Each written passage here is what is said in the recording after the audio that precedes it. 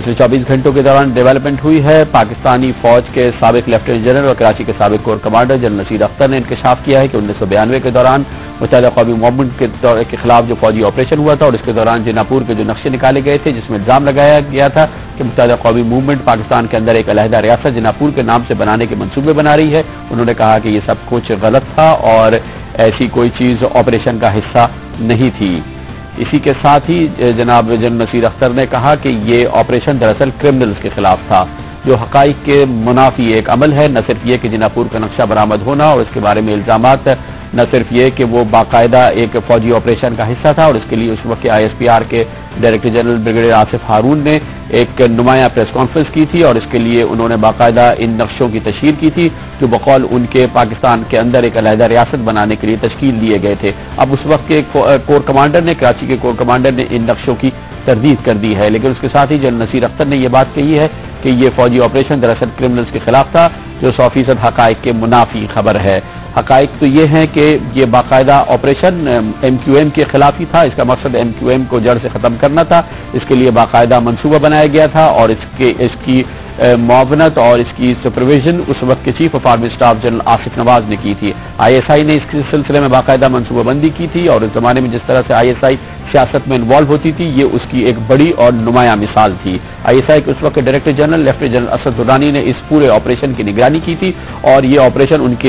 उनकी जेर निगरानी उस वक्त के DG काउंटर इंटेलिजेंस ISI के मेजर जनरल अफजल जंजुआ के जेर तमाम तश्कील दिया गया था, जिसमें ISI का नुमाया किरदार था। इस ऑपरेशन के जरिए MQM के मुनर्फिन को एक जगह जमा किया गया था, उनको रुकूम फराहम की गई थी और भारी तादाद में असलहा बांटा गया था। इसकी मुआवनत पाकिस्तानी फौजी दस्तों ने की थी। कराची में उस वक्त तायुन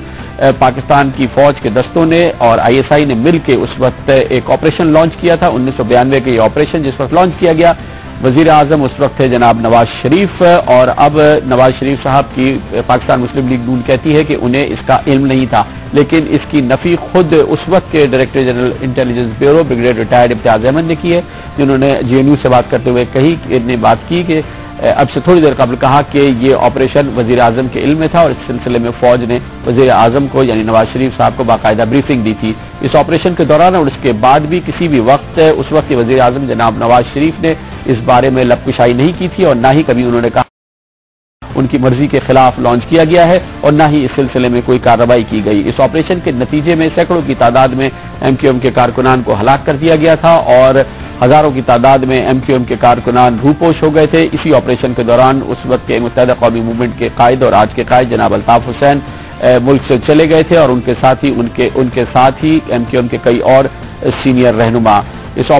इस ऑपरेशन को बुनियादी तौर पर जहां फौज की निगरानी हासिल थी, वहां पर इसके लिए सियासी काम भी किया गया था और MQM को खत्म करने के लिए, एक सियासत को खत्म करने के लिए बाकायदा मंसूबे के तहत जिनापुर का नाम और जिनापुर का मंसूबा सामने लाया गया था और अब खुद फौज के कमांडर कहते हैं कि ये दरअसल सही अमल नहीं था। इससे पहले भी मुताद्दिद ऐसी खबरें आ चुकी है कि ये सारा का सारा मंसूबा दरअसल एक सियासी उसके खदोखाल थे और उस वक्त के सदर जनाब गुलाम इसाक खान और उस वक्त के chief of army staff general Asif Nawaz ने ये ऑपरेशन तरतीब दिया था। ये ऑपरेशन किया गया, लेकिन इसके चंद सालों के अंदर एक बार फिर MQM एक मजबूत सियासी कुव्वत की हैसियत से उभरी और हालिया इंतखाबात में एक बार फिर मुत्तहिदा कौमी मूवमेंट पाकिस्तान की तीसरी बड़ी सियासी जमात की हैसियत से सामने आई है। मुत्तहिदा कौमी मूवमेंट के कायद अल्ताफ हुसैन ने आज इस सिलसिले में एक बड़े जलसा-ए-आम से खिताब किया और इस पर अपने एहतजाज को रिकॉर्ड करते हुए कहा,